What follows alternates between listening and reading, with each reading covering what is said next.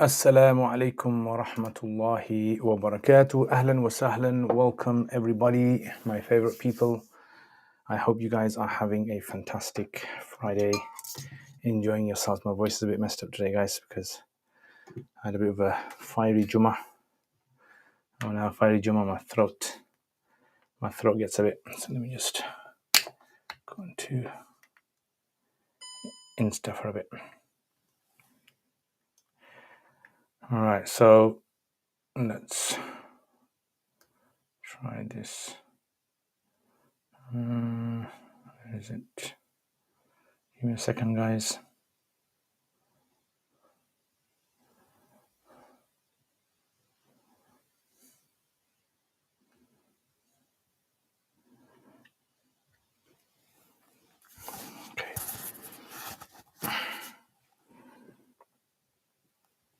Okay, let's go.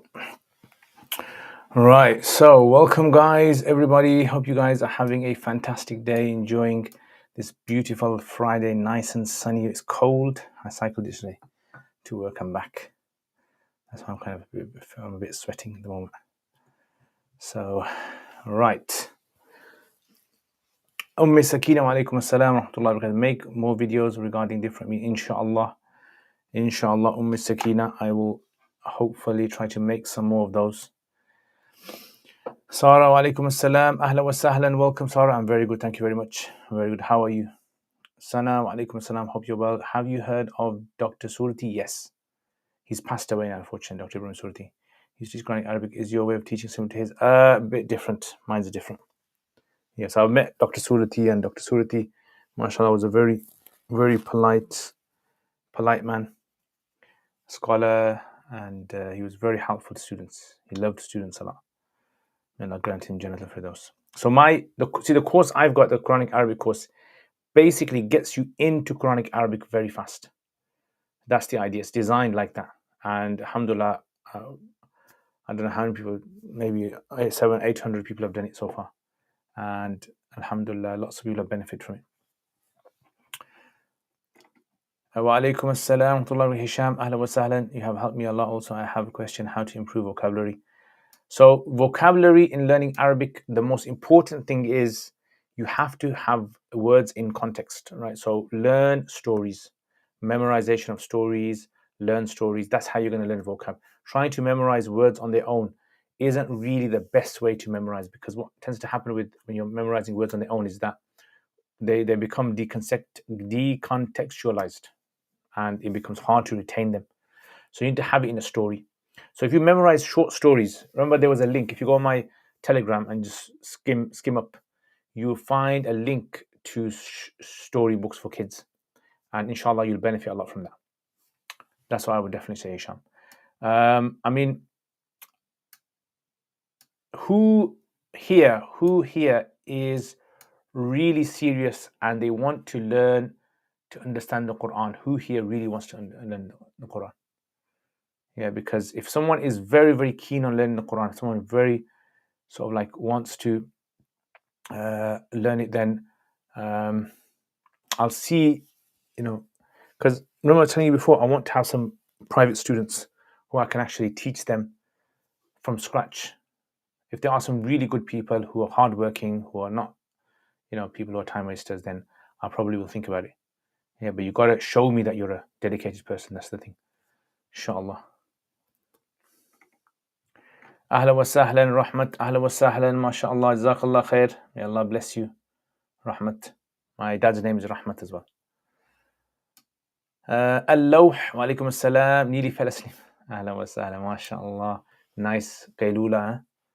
Hisham, Ahmed Hassan, also, the thing we learned in Ajurumiyya, how to practice them so like we understand better. So the main thing, if you want to apply grammar, you have to do i'rab and tarkib. So if you actually watch my videos on i'rab and tarkib, where I do the tarkib of du'as and short sentences, apply it there. That's the main place to apply it. That's the application of it.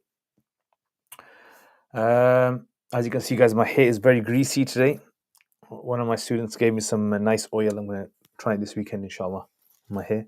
But hair is very greasy and I need to really wash it. So those of you guys who say, what's your hair routine? This is my hair routine. Greasy hair for most of my week. Inshallah, I'm going to be going for Umrah. Make dua, guys. I'm going for Umrah, inshallah, in December. So my hair's going to all go bold, inshallah. Bold look. I wanted to for a masala in the masjid. If a person is in front of me and I'm praying, can I move to one side during salah so he can pass? Yes, as long as you don't make too many steps. Just one step would be fine. Wa alaikum assalam, Rayan. Ahla wa sahlan, mashallah. Ryan, ahla wa sahlan. May Allah bless you. May Allah put barakah in your time, in your wealth, in your health. Put you in the company of the pious in the akhirah. Ameen ya Rabb. Remember, this is the time for du'as, guys, Friday. Jazakallah khair for your support, Ryan. It means a lot to me. When you guys support my channel, it means a lot because when there's one guy that's making all these videos, it's nice to have nice feedback. Yeah, when people are supporting you, helping you out. At the end of the day, all the videos I make, it's not for myself. It's for the deen of Allah subhanahu wa ta'ala. Even if I didn't have my name with none of the videos, it wouldn't really bother me. The main thing it would be was that as long as my people benefit from my videos and the deen of Allah is preserved. Hasib, Hassan wa alaikum assalam. Whenever I read Quran, I tend to use my phone and it's easier for me because my eyesight ain't that great and I can see the font better. Is it alright? Yes, of course it's okay, my brother. So, Ibn Adam, alaikum assalam. Ahlan wa sahlan. I'm very good. Thank you very much, my brother, Ibn Adam. Do you trim your hair from the backwards it goes? Yes. So sometimes I go to the barbers and they just like trim it on the sides. Sometimes I just get the back and just cut it. Although it's not the best way to do it, but usually the barbers do a good job. Just like nice and trim. Long hair, look like a Isa alayhi salam. Huh? Don't know what Isa alayhi salam used to look like, but you mean the ones in the pictures. Zob, ahlan wa sahlan wa alaikum assalam. Long time no see, my brother Zob. Ahlan wa sahlan, Zob. You are my hero. Allahu Akbar. Allah. Jazakallah khair. May Allah make us heroes in the akhirah. Kazmataz wa alaikum assalam. Ahlan wa sahlan. Welcome. Yeah, so a week went nice, mashallah. Tahir Farooq, I learned a lot through your video. Ahlan wa sahlan. Jazakallah khair. May Allah bless you, Tahir. May Allah barakah in your ilm and your time. Again, guys, when I see people are telling me that they benefit, it means a lot to me. I know, obviously, sincerity is an important thing as well, but this doesn't go against sincerity, by the way. Yeah, this is also part of sincerity because motivation. This is motivating the believers, motivating one another. Tawasaw bil haqqi wa tawasaw bis sabr. It's also part of that as well. So I made videos this week, mashallah, alhamdulillah, and like I said, I really want. Making videos is something very nice, and I teach students as well, which is very nice.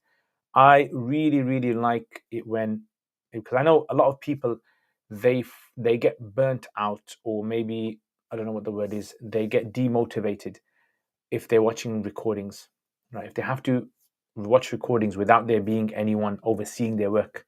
Like, for example, someone who goes to the gym and then really wants to kind of gain weight or lose weight, they get burnt out if they go on their own for a few weeks or a few months. They need someone there motivating them, like a partner or maybe a private tutor, trainer. So this is why I think there are a lot of people out there who watch these videos, but I want people to watch the videos, and at the same time, I want them to be able to reach like certain milestones, hit certain goals. That's probably the next thing that I want to work on, which is I've made all these resources for videos, but now I need some sort of a system where people can keep themselves in check, how much they're doing, motivation. So I don't know, either it's going to be something which was going to require human support resources, or it's going to be something which requires I don't know, some sort of a AI or maybe some device. I don't know, that we can do this. I think that's because ultimately, at the end of the day, people need to learn the deen, not just to learn it for the sake of learning. They need to learn it to preserve the deen. That's what we need to work towards. People need to be motivated, encouraged that, look, in the next 20 years, 30 years, we need this many ulama graduating, males and females. We need people who understand Arabic that can pass it on to people. We need people to be able to learn hadith and fiqh and aqidah, to be able to pass it on to people. What do you guys think? Do you guys agree with that? Is that something which makes sense to you guys? Hasib, Ustad, what is considered men and women's awrah? So men's awrah is basically men's nakedness. So in front of other men and in front of other women, the man has to cover between his navel, his belly button, and between his knees. belly button and knees. That area has to be covered. And for women, in front of other men, they have to cover all their body except for their hands and their face. What is your favorite Quran tafsir in Arabic? I would probably say 2 at the moment. I'm going through Surah Ma'idah. For those who are patrons, I upload nearly every week. So I've been going through 2 main ones I really enjoy a lot. Is Ruh al-Ma'ani and Tahrir wa Tanwir. These are 2 that I really like going through. I enjoy a lot. So I think it's the ones that are more mentally stimulating. The ones that are more mentally stimulating, that's the ones I like, where you kind of go into discussions, you're going into different tarkeebs, i'rabs, where the meaning can simply change because of a particular harf jar that's been used.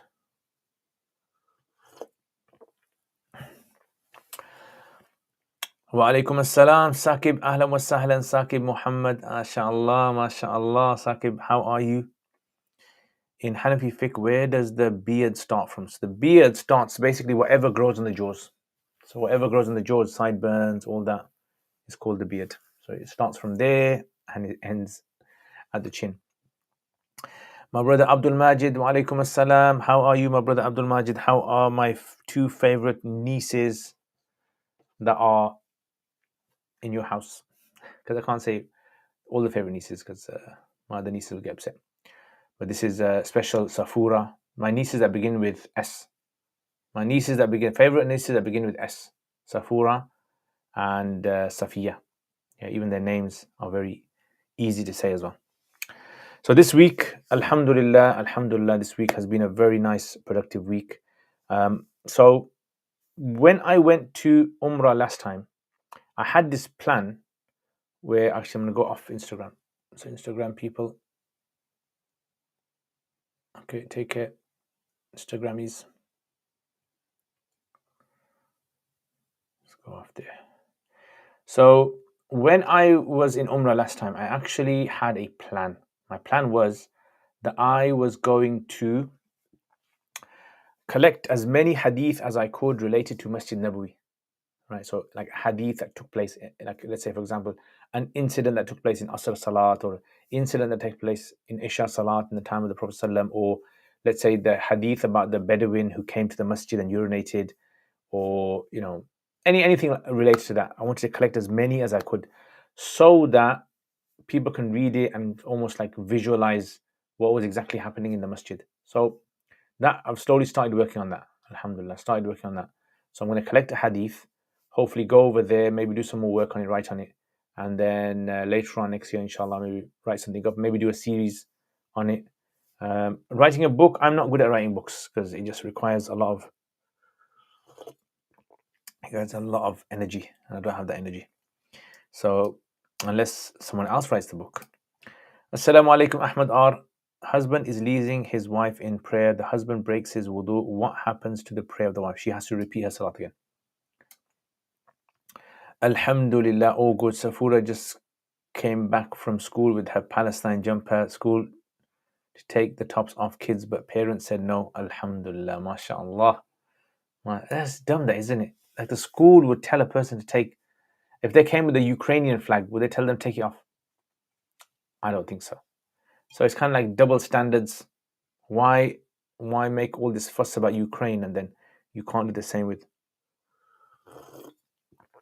Yeah, it's dumb, isn't it? It's like, come on, man. Come on, yar. Strange dumbos. Okay, 1 second, guys. Let me just...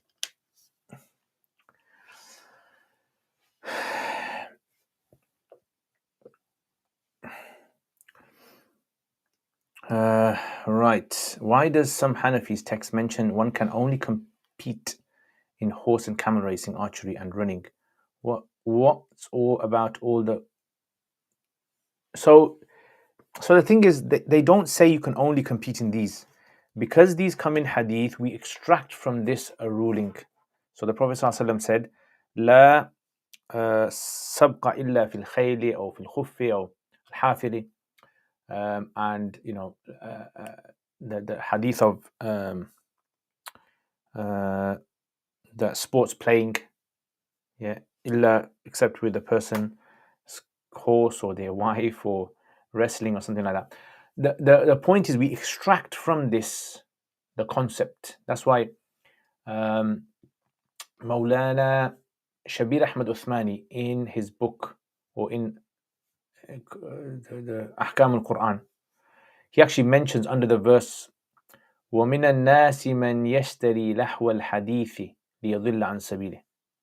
So under there he actually mentions that depending on what kind of activity is, if there's some benefit in the activity, then it's permissible. And in fact, sometimes it can even be encouraged as well. So one thing you have to understand, when you study Hanafi fiqh, you have to realize that Hanafi fiqh does not mention all the different scenarios. They just mention like the crux of it, the gist of it, and sometimes even some Hanafi works, they are simply just like a box just with full of texts, and you have to take out the texts and you try to understand and put them in sequence and put them in order, and even sometimes interpret some of them. So I think that's why I remember a few weeks ago I was asking who would like to do Quduri, where we have discussions. I think that is why this is important, because studying fiqh is one thing, but then trying to gain tafaqquh is a different thing. Definitely, yeah, Ibn Adam. That's what parents argue, saying it's okay Ukraine, but not Palestine. Teachers ask, Ahlan wa sahlan, that's it. That's it. There's double standards, isn't there? I bet they're kind of wishing now, I wish the Ukraine wasn't attacked, otherwise we could have had our own standards. We could have hidden our double standards. Abdul Majid, Ahlan wa sahlan. What Hasib? So, Ustad, if a man's aura, including the knees, would you say watching UFC is not? Yeah, I would say watching UFC, a person should avoid watching where the thighs are being shown. There's ikhtilaf about the knees and the area around the knees. But if there's a lot of the thighs showing, I think a decent Muslim should not watch them. A decent Muslim. Ibn Adam, what's a good translation of the Quran to give some interested in Islam? Something like Gracious Quran is a very good one. Gracious Quran. Yeah. Gracious Quran is a good one. I think there's one called the Clear Quran. That's also a nice one as well. Clear Quran. It's also good. So you trim the sides of your hair, it looks neat, and look after. So the sides, no, I don't trim the sides. Let the sides grow long. Yeah, that's basically, that's what I look like if all the hairs, like we say, jungly. A bit jungly there. You know, actually, long hair makes your face feel so warm when you cover it. Do you ever get this for those of you guys with long hair? When you cover your face and you find it hard to breathe. That's what I get. That's my personal experience there, guys. Yeah, so yeah, alhamdulillah.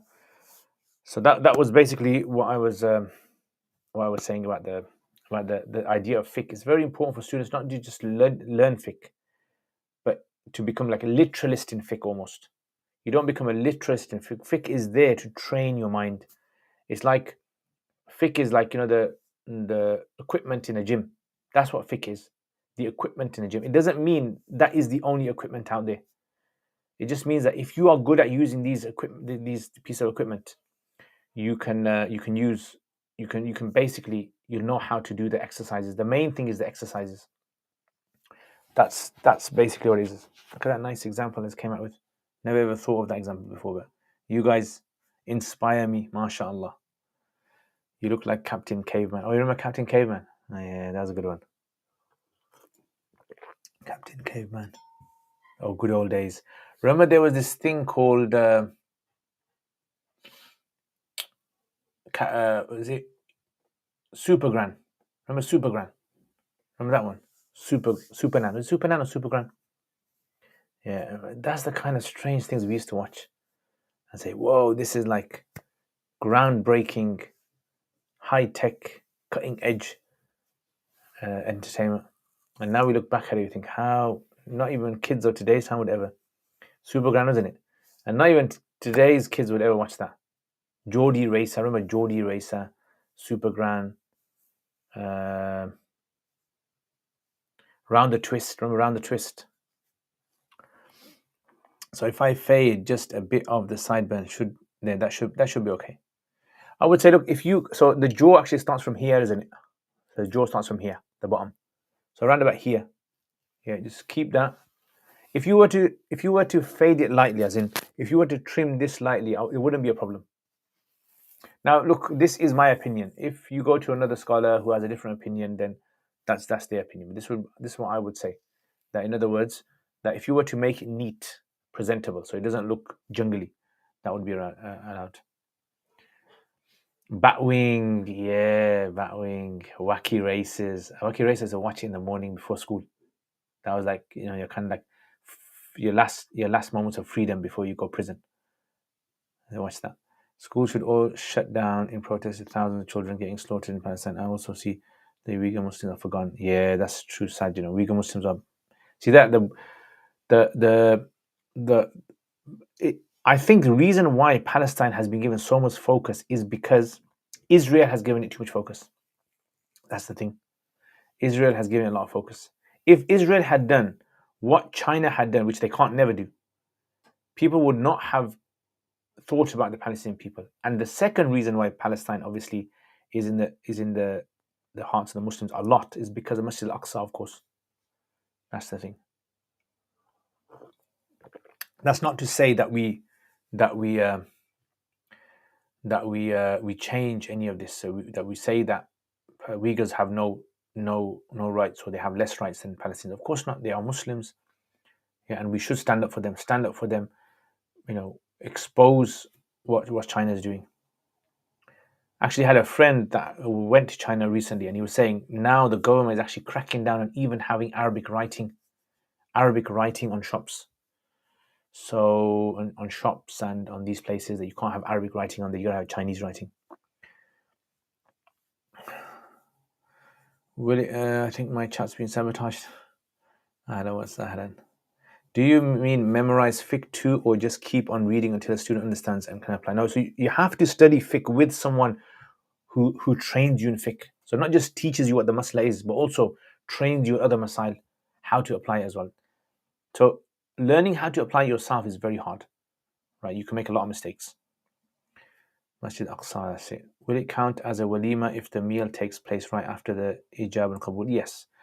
So technically, the Arabs would say a walima is after the husband and wife or the bride and groom have had intimacy. But because that was an urf of their days, in an urf of our time, in the convention of our time, it would be allowed to have the walima with that. It'd be fine. Where do you get the energy and enthusiasm for being active 7 days a week? MashaAllah. MashaAllah. I'm not active. I don't have the energy. I look at other people that have more energy than me. I actually saw a dream of one of my teachers today. MashaAllah. One of my teachers Mullah Fadl Muhammad, who I studied Maqamat al-Hariri, I studied Sharh al-Wiqaya, I studied what else did I study? I studied Muslim, the first part of Muslim from him as well. Yeah. And mashallah is one of my favorite teachers. And I saw him in my dream, alhamdulillah, and I was helping him out. So it was a good sign. Good sign.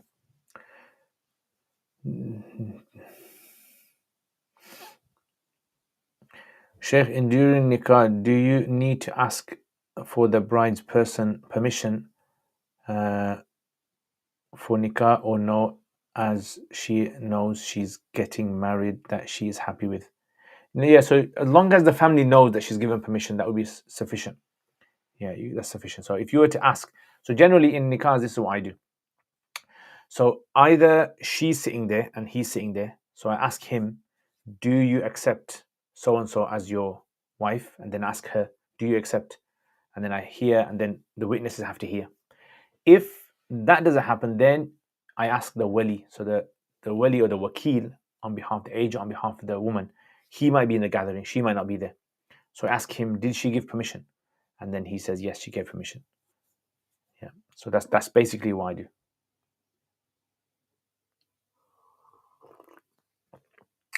These are the tricks of nikah, guys. The tricks of nikah. Anyway, guys, I am gonna cut it short in a bit because Maghrib's about to start, and so inshallah I'll cut it short. And inshallah, tomorrow, I apologize for last week. I couldn't have, because what happened was last week we went to the protest in London, and it was packed out, jam packed. It was more than even the last time we went. And by the time we got back to our coach and everything, and then trying to get out of London, I got home about 10 o'clock, and I was shattered, exhausted. And so, I just had a shower, I ate some food, and then I just went to sleep. And the proper, shattered. So then I tried to then, and then the next day, what happened? Yeah, next day I wasn't able to, for some reason. I think I had to go somewhere, or was it I wasn't feeling well? I think I wasn't feeling well. It was colder than my arthritis was playing up, so I couldn't do it. So I was kind of gutted. I wasn't able to have live stream with you guys. Baddest program as kids was Thundercats. Yeah, Thundercats. What was that? Remember that cowboy one? I forgot what it's called. It was like on a different planet. Eye of a Hawk and Speed of a what was it? Strength of a Bear. What was that called? Remember that one? Still Muslims persecuting China. Yeah, Muslims are being persecuted in many countries, unfortunately. A lot of them we don't know about because there's not much exposure. There's not much social media exposure. Yeah, so that's something which we need to start. We need to start creating organizations that can become the voice of the community. I think that's just like organizations similar to Cage, but I think there needs to be more people who are active on social. Because social media now is taking over media. Right, it's because of Twitter and these social media platforms, TikTok, that so much of what's happening in Palestine has come to light, and people are able to see firsthand exactly what's happening on the ground. Before, the media companies used to actually do that for us. They would be our eyes, apparently, and show us what's happening and explain to us. But now we can't trust them anymore. So that's why the social media are becoming.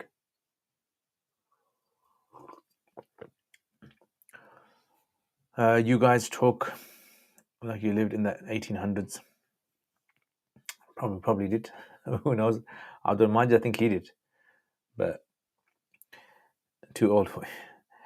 I think many people on here, I think, are probably like born in the 90s or 2000s. What companies should be boycotted who finance it? I don't know exactly about how boycotting works, but Friends of Aqsa, FO, if you go to Friends of Aqsa, FOA, they actually tell you which one you should definitely try to boycott the most. Because we can't boycott everything. Otherwise, it'll be too hard to be able to live. So, focus boycotting. I think that's the theme that they're pushing. Focus boycotting.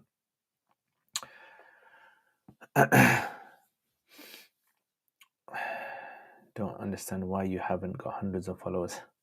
Hundreds. I've got 100,000 followers, my brother. Alhamdulillah. Over 100,000. I think I got 111,000 followers now.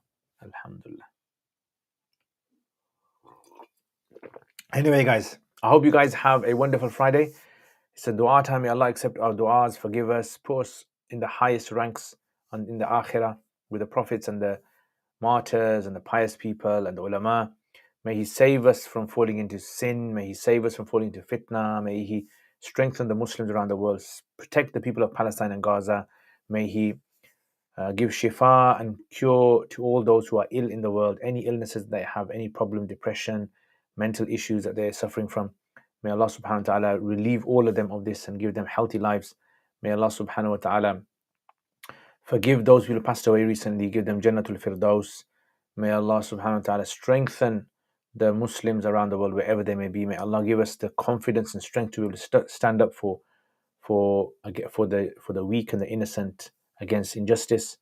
And may Allah subhanahu wa ta'ala give us financial stability in this world so that we can use that to support the deen of Allah subhanahu wa ta'ala. Jazakumullah khair, guys. Ameen. Brave Star, that's the one. Tomorrow live, inshallah. Usual time, 9:45, inshallah, UK time. So, all right, guys, take care, and I will see you guys next time. Assalamu alaikum wa rahmatullahi wa barakatuhu.